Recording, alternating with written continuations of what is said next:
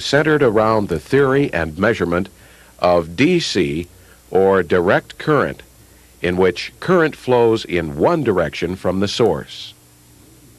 In this program, you'll be introduced to the type of electrical energy that we use in most of our homes and which is being used increasingly in the aviation industry: AC, or alternating current.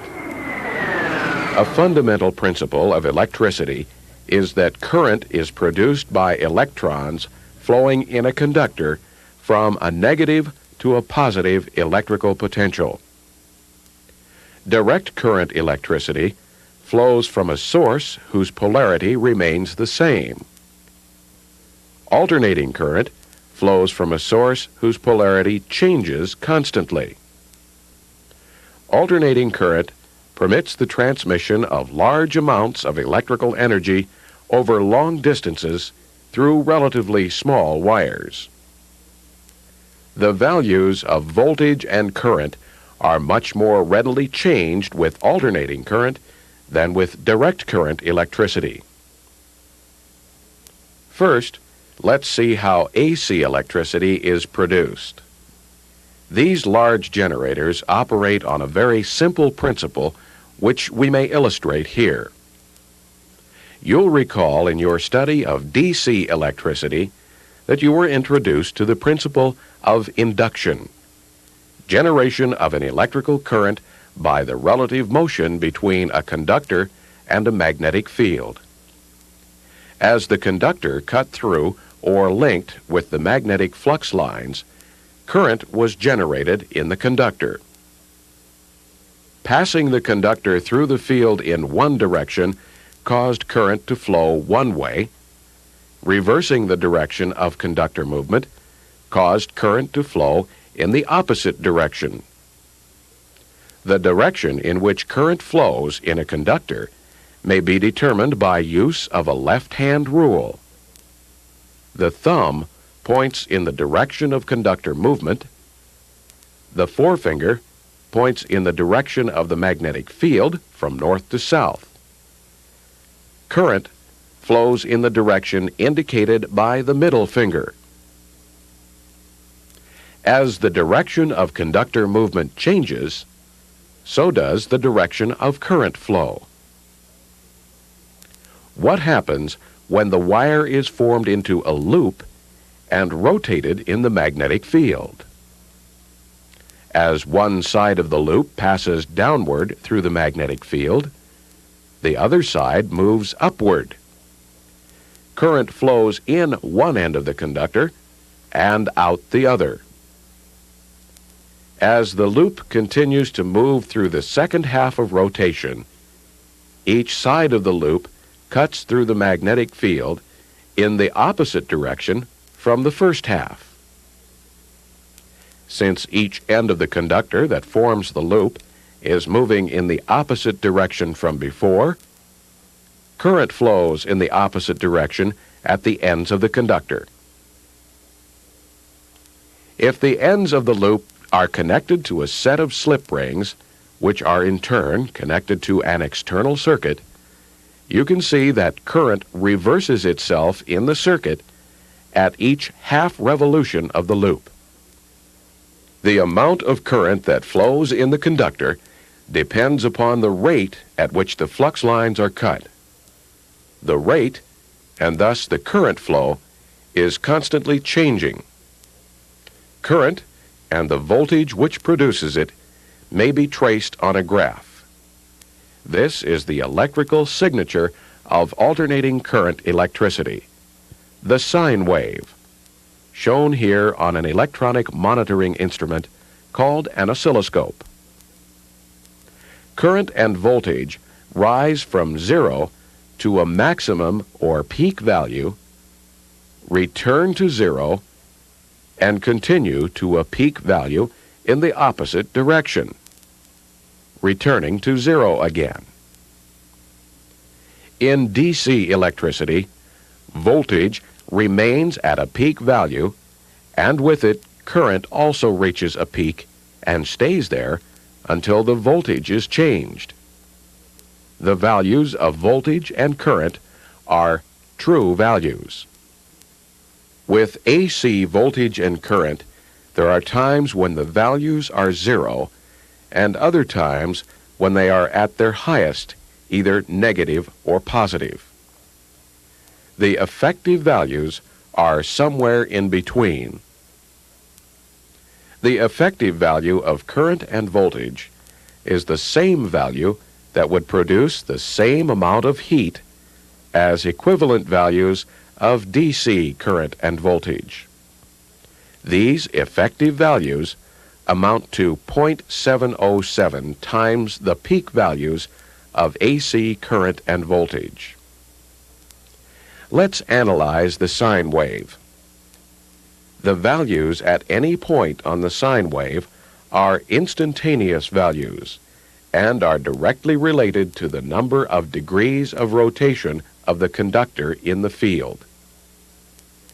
The peak value is the maximum value measured from zero in either a positive or negative direction. The peak-to-peak value is the distance between the positive and negative peaks. The average value is derived by averaging all of the instantaneous values. It amounts to about 0.637 times the peak value, but is of little practical use. The effective value is the value with which we are most concerned. Effective value is sometimes called the root mean square, or RMS value, which refers to the method by which it's derived. Again, effective value is 0.707 times the peak value.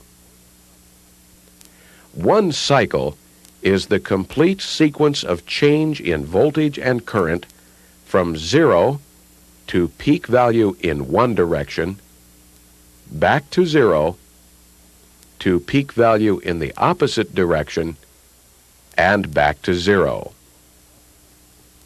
One alternation is 1/2 of a cycle in either the negative or positive direction. One cycle is 2 alternations. Frequency is the number of complete cycles that take place in a given period of time, usually measured in cycles per second, or hertz. 1 hertz is 1 cycle per second. 5 hertz is 5 cycles per second. The period of alternating current or voltage is the time it takes for 1 cycle to occur. The period is the reciprocal of the frequency. The period of 1 cycle at 5 hertz is 1/5 or 2/10 of a second. Alternating current in the United States is generated at 60 hertz or 60 cycles per second. The period of alternating current at 60 hertz is about 17/1000 of a second. Frequency is directly related to the speed of rotation of the conductor through the magnetic field and the number of pairs of magnetic poles that produce the field. The frequency produced by an AC generating source is calculated by multiplying the number of pairs of poles by the speed of rotation of the conductor. Divide the number of poles by 2 to find the number of pairs of poles, and divide the speed in revolutions per minute by 60 to find revolutions per second. As changes in voltage occur in a direct current circuit, changes take place in the current flow at the same time. Voltage and current are said to be in phase. Certain components in some AC circuits cause voltage and current to change at different times during the cycle. Voltage and current are out of phase, and the amount of this phase shift is measured as an angle. This angle is in degrees of rotation of the conductor in the magnetic field and is called the phase angle. In a direct current circuit, power is determined by multiplying the voltage by the current. In an AC circuit, power is equal to the product of effective voltage and effective current as long as they are in phase.